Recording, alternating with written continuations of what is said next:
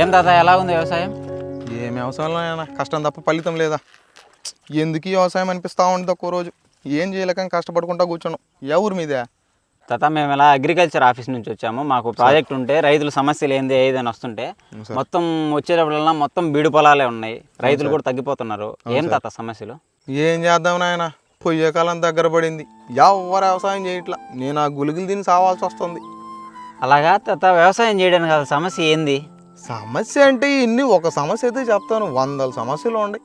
ఈ రైతులు అనేవాళ్ళు ఈరోజు ఇంత కష్టపడుతుందంటే దాని వెనక ఎవరు గౌరవించకపోగా అందరూ సింపతిగా ట్రై చేస్తున్నారు. ఈరోజు నాకైతే ఒక్కోసారి బాధ అనిపిస్తుంది. ఈరోజు మా ఊర్లో నేను ఒక్కడిని మాత్రమే వ్యవసాయం చేస్తున్నాను, ఎవరు వ్యవసాయం చేయట్లేదు.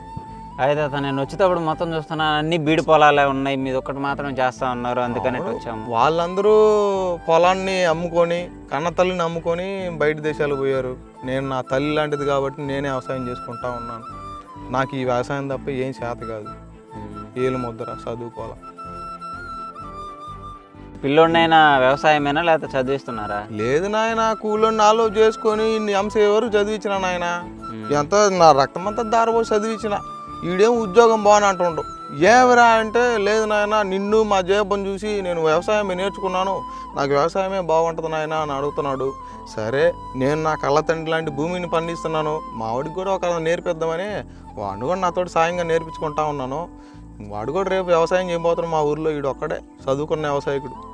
అలాగా తాత, మీ అబ్బాయిని చూస్తే మీకు ఎప్పుడు పక్కన పిల్లలు వచ్చి వాళ్ళు జాబులు చేసుకుంటా కార్లలో తిరుక్కుంటా వాళ్ళు బాగా పెద్ద పెద్ద బంగ్లాలు కట్టుకుంటే మీకేం అనిపిదా? మీ అబ్బాయిని చూస్తే మీరు రైతు పని చేపిస్తారు. చదువుకున్న వాళ్ళందరూ అడుగు ఉద్యోగాలు చేసుకుంటా ఉంటే తిండి గింజలు ఎవరు సంపాదిస్తాను ఆయన.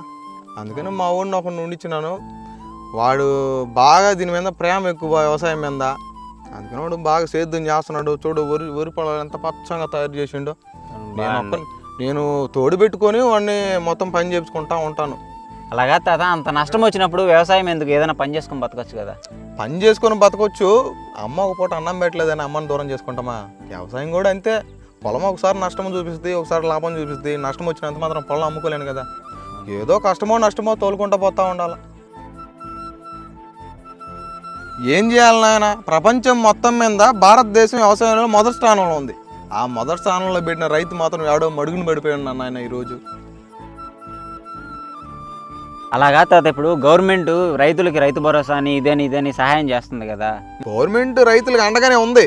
ఎప్పుడు అండగా ఉందంటే, ఏదన్నా రైతు వ్యవసాయంలో నష్టం వచ్చి పురుగు మీద చచ్చిపోయినప్పుడు పరామర్శించడానికి వచ్చి 2 లక్షలు రాసిచ్చి మేము రైతుకు డబ్బులు ఇచ్చాం అని ఆదుకోవడానికి అండగా ఉంది నాయన. అంతకుమించి ఏమి లేదు. రైతు చచ్చిపోయిన తర్వాత అండగుంటే ఏమొస్తుంది నాయన? బతుకున్నప్పుడు వాడికి ఏదైనా యూరియానో పాస్పేటో లేకపోతే మొక్కలో ఏదో తెచ్చిచ్చి బతకంటారు నాయన, మా దేశాన్ని కాపాడమంటే రైతు కాపాడతాడు. చచ్చిపోయిన తర్వాత వచ్చి నీకు సింపతి కోసం, ఓట్ల కోసం ఫోటోలు దిగి ఫేస్బుక్లో యూట్యూబ్లో పెట్టుకొని నేను రైతుకు సాయం చేశాను, నేను పెద్ద గొప్పోడిని అని ఫీల్ అవ్వడానికి మాత్రమే ఉన్నారు వీళ్ళందరూ దేనికి పనికిరారు. అదే నాయన, గవర్నమెంట్ ఉద్యోగాలు కానీ ఒక నెల శాలరీ లేట్ అయిందంటే రోడ్డు మీదకి వచ్చి ధర్నాలు గిర్నాలు అన్నీ చేస్తారు. కానీ ఒక రైతుకి నష్టం వచ్చిందిరా అని రోడ్డు మీదకి వచ్చి బతిమలాడుతూ ఉంటే ఆ రైతుని పోలీసు వాళ్ళు పట్టుకొని లాక్కుని ఈడ్చుకొని బయటకు వేస్తారు. అది రైతుకుండే వాల్యూ మన దేశంలో. చాలా గొప్పగా చెప్పారు తాత రైతుల గురించి, రైతు కష్ట నష్టాలన్నీ. ఇప్పటి వరకు ఇంత గొప్పగా ఎవరు చెప్పలేదు తాత మాకు. నాయన, రైతుకి మీరు గౌరవం ఇవ్వకపోయినా పర్లేదు, కానీ ఒక సింపతిగా మాత్రం ఇప్పుడు వాడుకోబాక నాయన. రైతు అనేవాడు ఒక మనిషే కదా నాయన, వాడికి మనసు ఉంటుంది. పొద్దున్న లేచినప్పటి నుంచి సాయంత్రం దాకా కష్టపడి గొడ్డు సాకరీ చేసి మీ 3 పూటలు తిండి కోసమే కష్టపడుతున్నాన్ని మీరు సింపతిగా వాడుకొని రైతుకి వాల్యూ లేకుండా చేయబాకండి నాయన. దయచేసి నమస్కరిస్తున్నాను మీకు.